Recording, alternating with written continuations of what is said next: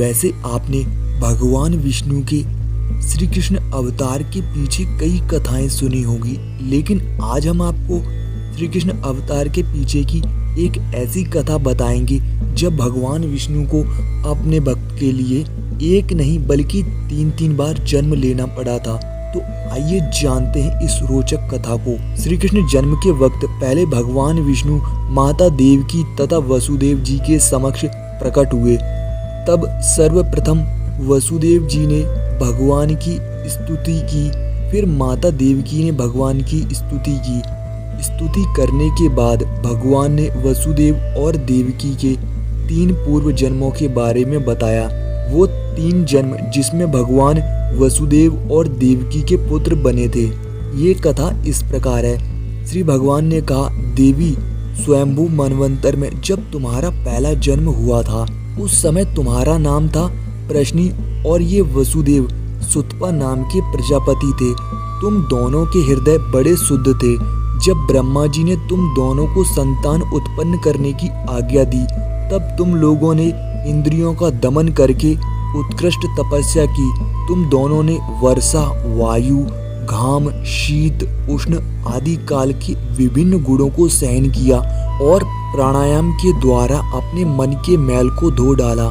तुम दोनों कभी सूखे पत्ते खा लेते थे तो कभी हवा पीकर रह जाते थे।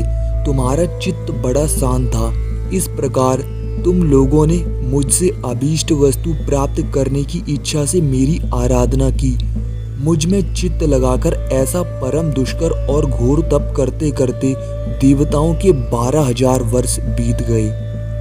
पुण्यमयी देवी, उस समय मैं तुम दोनों पर प्रसन्न हुआ क्योंकि तुम दोनों ने तपस्या, श्रद्धा और प्रेममयी भक्ति से अपने हृदय में नित्य निरंतर मेरी भावना की थी। उस समय तुम दोनों की अभिलाषा पूर्ण करने के लिए मैं तुम्हारे सामने प्रकट हुआ। जब मैंने कहा कि तुम्हारी जो इच्छा हो मुझसे मांग लो, तब तुम दोनों ने मेरे जैसा पुत्र मांगा। उस समय तक विषय भोगों से तुम लोगों का कोई संबंध नहीं था, तुम्हारे कोई संतान भी नहीं थी। इसीलिए मेरी माया से मोहित होकर तुम दोनों ने मुझसे मोक्ष नहीं मांगा। तुम्हें मेरे जैसा पुत्र होने का वर प्राप्त हो गया और मैं वहां से चला गया। सफल मनोरथ होकर तुम लोग विषयों का भोग करने लगे। मैंने देखा कि संसार में शील, स्वभाव, उदारता तथा अन्य गुणों में मेरे जैसा कोई दूसरा नहीं है।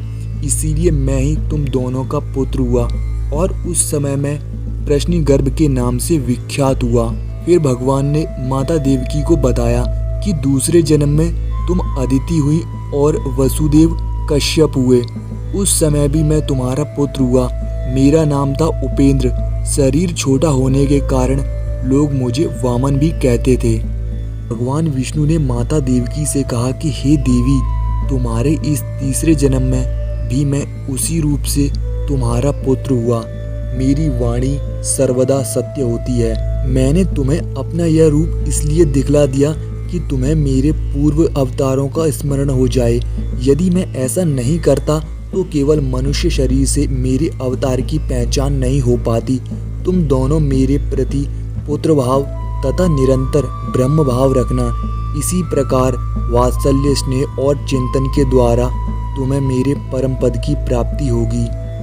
दर्शकों, आपको एक बात और बता दें कि जब वसुदेव और देवकी ने अपने पूर्व जन्म में जब वे प्रश्नि और सुतपा थे उस समय उन्होंने भगवान विष्णु के लिए घोर तप किया था और भगवान विष्णु के समान ही पुत्र की इच्छा व्यक्त की थी। उस समय भगवान विष्णु ने उनके पुत्र प्रश्नि गर्भ के रूप में जन्म लिया था। आखिर इसके बाद भगवान विष्णु ने उनके पुत्र के रूप में दूसरी बार वामन तथा तीसरी बार भगवान कृष्ण के रूप में आखिर क्यों जन्म लिया था? इसके पीछे की एक रोचक वजह है। भगवान ने विचार किया कि मैंने इनको वर तो ये दे दिया कि मेरे जैसा तुम्हारा पुत्र होगा, परंतु भगवान ने विचार किया कि मेरे जैसा तो कोई है ही नहीं, फिर उनके वर को कैसे पूरा करूं?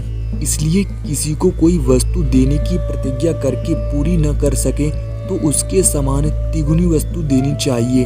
भगवान ने विचार किया कि मेरे समान केवल मैं ही हूँ, अतः मैं अपने को ही 3 बार उनके पुत्र के रूप में बनाऊंगा। यदि आपको ये जानकारी पसंद आई है तो कमेंट सेक्शन में जाकर जय श्री कृष्ण लिख दीजिए। हम फिर मिलते हैं आपसे अगली वीडियो में। तब तक आप चैनल पर अपलोड ऐसी और भी रोचक और ज्ञानवर्धक वीडियो हैं उन्हें देख सकते हैं।